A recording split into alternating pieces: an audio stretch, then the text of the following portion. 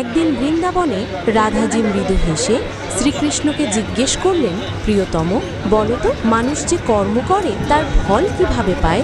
সত্যিই কি প্রতিটি কর্মেরই ফল আমাদের কাছে ফিরে আসে? কৃষ্ণ মধুর কণ্ঠে উত্তর দিলেন, রাধে, এই জগৎ কর্মেরই এক বিশাল বাগান। এটা বোঝানোর জন্য আমি তোমায় একটি গল্প বলি।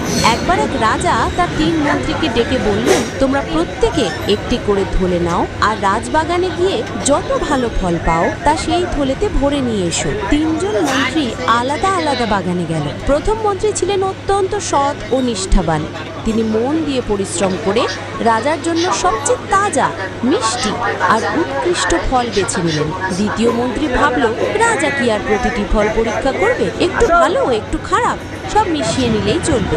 তাই সে কাঁচা, পাকা, পচা সব রকম ফল একসাথে থলেতে ভরল।